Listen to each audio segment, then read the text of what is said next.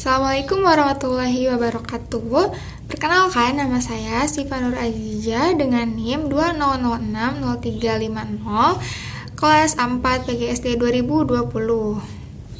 Di sini saya akan membahas mengenai Standar Nasional Pendidikan. Apa sih Standar Nasional Pendidikan itu?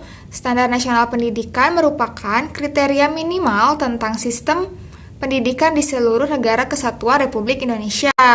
Nah, Standar Nasional Pendidikan ini digunakan sebagai acuan pengembangan kurikulum, tenaga dan kependidikan, sarana dan prasarana, pengelolaan dan pembiayaan. Itu tertuang dalam Undang-Undang Nomor 20 Tahun 2003 Pasal 35 Ayat 2. Adapun tujuan dan fungsi Standar Nasional Pendidikan itu yang pertama, Standar Nasional Pendidikan berfungsi sebagai dasar dalam perencanaan, pelaksanaan, dan pengawasan pendidikan. Yang kedua, Standar Nasional Pendidikan itu bertujuan menjamin mutu pendidikan nasional dalam rangka mencerdaskan kehidupan bangsa dan membentuk watak serta peradaban bangsa yang bermartabat. Dan yang ketiga, Standar Nasional Pendidikan disempurnakan secara terencana, terarah, dan berkelanjutan. Nah, dalam Standar Nasional Pendidikan itu memuat 8 standar. Di sini saya akan menjelaskan salah satu Standar Nasional Pendidikan, yaitu Standar Kompetensi Lulusan. Standar kompetensi lulusan merupakan kriteria minimal tentang kesatuan sikap, keterampilan, dan pengetahuan yang menunjukkan capaian kemampuan peserta didik dari hasil pembelajarannya pada akhir jenjang pendidikan. Nah, standar kompetensi lulusan digunakan sebagai acuan dalam pengembangan standar lainnya.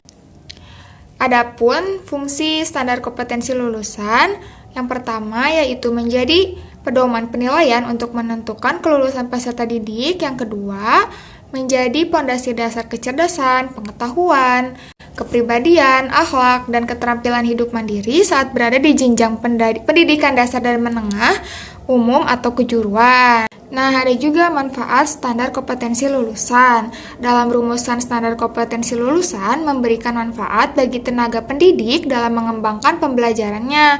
Adapun manfaatnya yang pertama, untuk meningkatkan kualitas pendidikan secara mendasar dan menyeluruh di jenjang pendidikan dasar dan menengah. Dan yang kedua, dijadikan rujukan dalam menyusun standar pendidikan lain seperti standar isi, standar proses, dan lain. Dalam standar kompetensi lulusan juga terdapat ruang lingkupnya. Dalam ruang lingkup standar kompetensi lulusan terdiri atas kriteria kualifikasi kemampuan peserta didik yang diharapkan dapat dicapai setelah menyelesaikan masa belajarnya di satuan pendidikan pada jenjang pendidikan dasar dan menengah.